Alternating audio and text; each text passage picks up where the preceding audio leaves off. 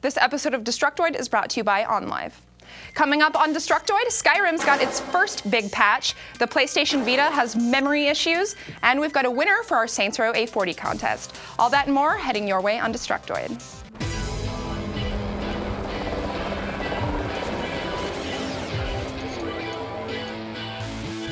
Welcome to Destructoid. I'm Tara Long. And I'm Anthony Carboni, in for Max Scoville, who apparently was diagnosed with more varied and complex strains of herpes than his physician has ever seen.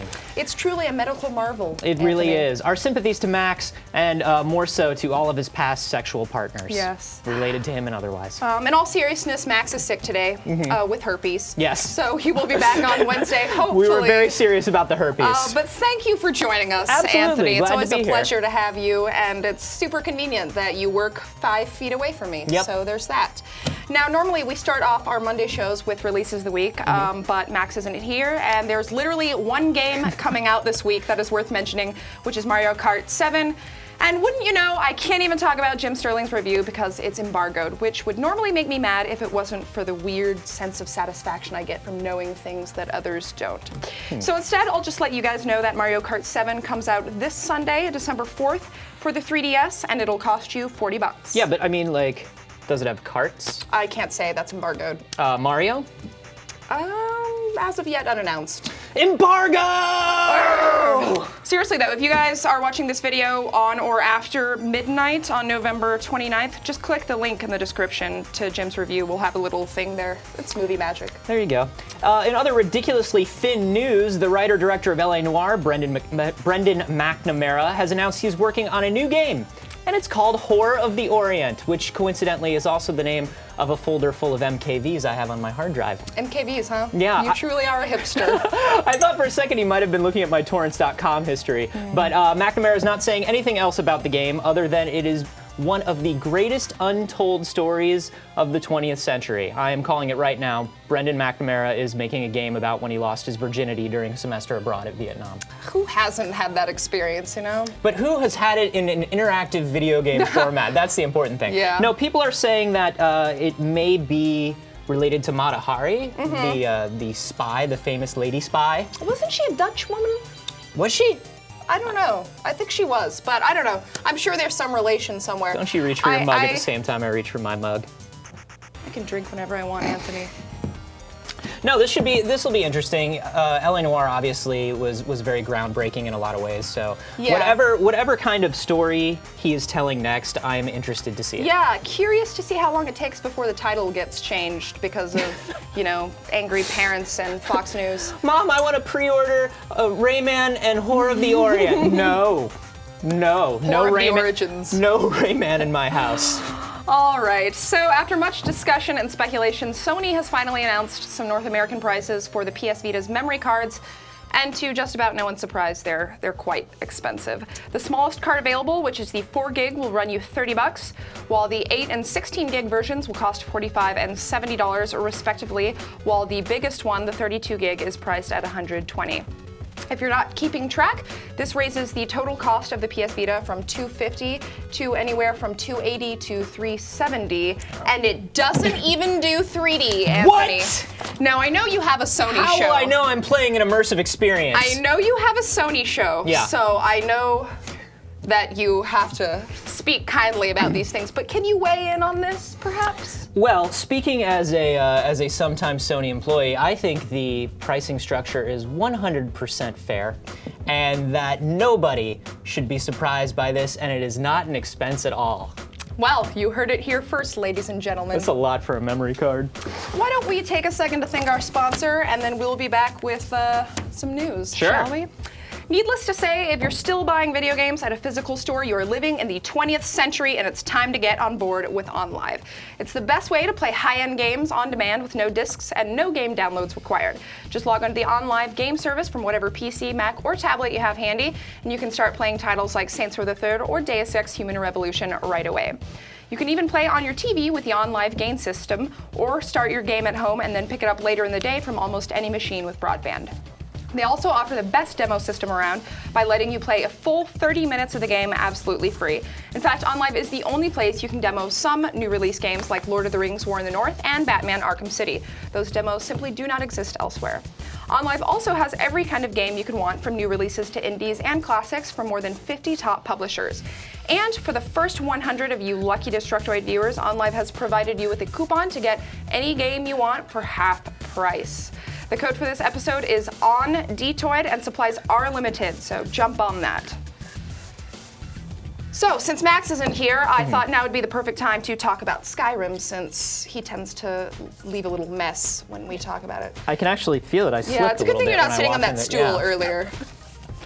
But Bethesda has officially begun rolling out Skyrim's update 1.2 for the PS3, with both the 360 and PC patches planned for release tomorrow on November 30th. Actually, tomorrow isn't the 30th, is it? It's Wednesday.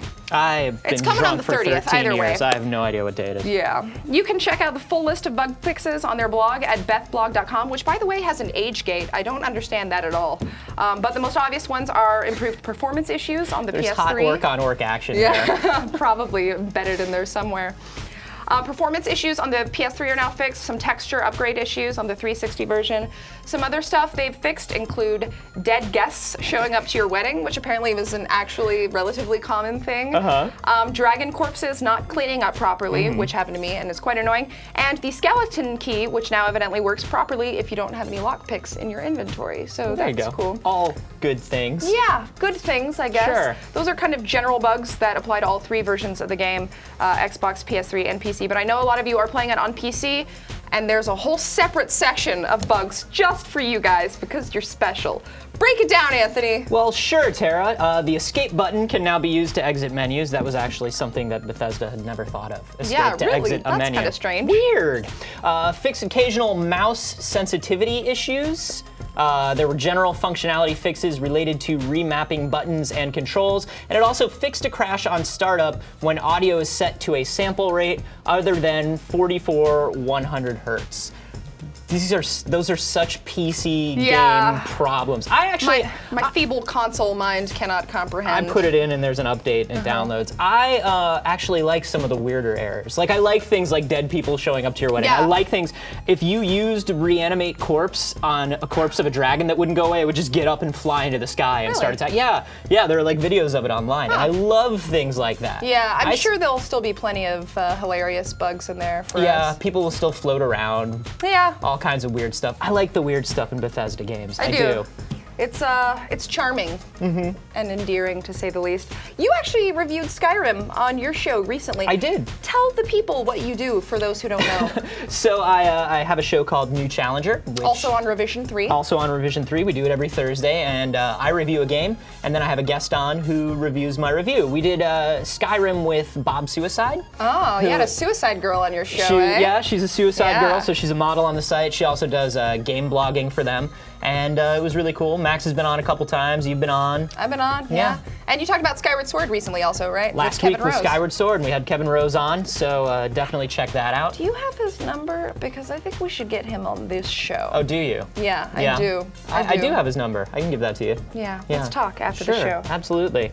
Let's share Someone my watched a bit of Rolodex with Skyrim some other news. show. What'd you say about me? Nothing. Jonathan Ross has put out an open call for community bloggers to write about their tales from Skyrim. All you need to do is head over to the community blogs on Destructoid this week, write up a piece about some of your time that's spent in Skyrim doing awesome stuff, and it might get promoted to the front page.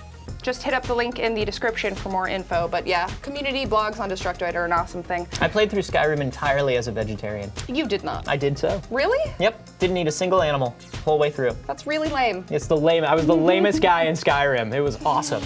Okay, let's talk about stuff that people care about, Anthony. I'm sorry, your vegetarian story was interesting, but not good enough.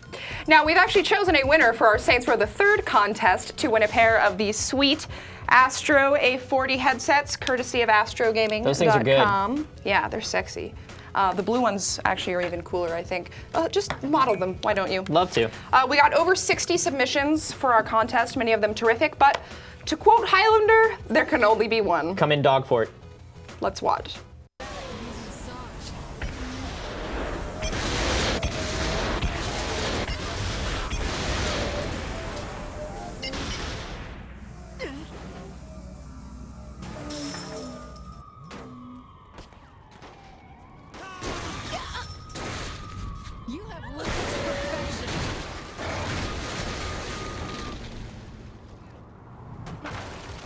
an amazing game. God, Saints Row. Congratulations to user Natsu6th for your stunt video. We'll be in touch with you through YouTube sometime today, so be sure to check your messages. Now, as for the rest of you, we got a ton of great entries, so thank you all so much for participating. If you want to watch all of them, we put together a handy little playlist with all the videos on our channel, so go check that out if you'd like. There's some funny ones in there. Now, if you didn't win, well, good news. What? I know. That was actually only the first round of our 2-week contest. We've got another pair of these. See how there's 2? What? Yeah, there's 2. We got another pair of these gorgeous Astro Gaming A40 headsets to give away. In the first round, we had you guys send off your best stunt videos in Saints Row the Third, and now we want to see your best in-game explosions. Yeah. So the rules are pretty much the same. Keep your video under a minute, if you please. If you don't have a way of capturing video directly, you can just film your screen and we'll accept it as long as it, doesn't look like crap. Then upload your submissions to YouTube and make them video responses to this episode. We're also asking this round that each user only submit 1 video just to make things fair. So just pick your best one and turn it in. You've got until next Sunday, December 4th at 11:59 p.m. Pacific time. And remember, guys, this is open to US-based addresses only. So if you don't live in the US, find somebody who does and have them take it for you. Again, the assignment is Best Explosion in Saints Row the Third. Make sure your character is wearing the in-game headsets, which you can find at the Planet Saints in-game stores. And then put those on your character's head and blow some stuff up. Now, biggest explosion does not always mean best. Get creative here, you guys. Obviously, you know how to use the satchel charges, so impress us. We want to see some fireworks. Also, this goes without saying, if you use Kanye West's Power in your video, you will be disqualified, seriously. It's a good song, but we had to sift through like 15 different videos with that in it, and after about the 3rd one, my soul started crushing. But Tara, we are living in the 21st century. Yeah, I know, and we're doing but something I'm mean sick to of it. hearing it. I'm sick of hearing it, okay? So that's all for our show today. I always say leave them with a long legal disclaimer. Oh, well. Yeah, leave them one more. We'll put one of those in there then at the end of the episode. Thank you, Anthony, for coming on our show and being such a good host and being not sick with herpes. Well, not anymore. I mean, that I know of. Huh? You guys can check out his show on youtube.com/newchallenger. You can also follow him on Twitter at Carboni. You actually have a pretty entertaining Twitter account, I'm not gonna lie.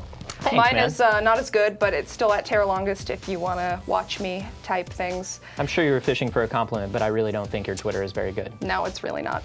The Twitter for the show is Detoid Show also, so go follow that. It's also better than my Twitter. And we will see you guys on Wednesday. Thanks for watching.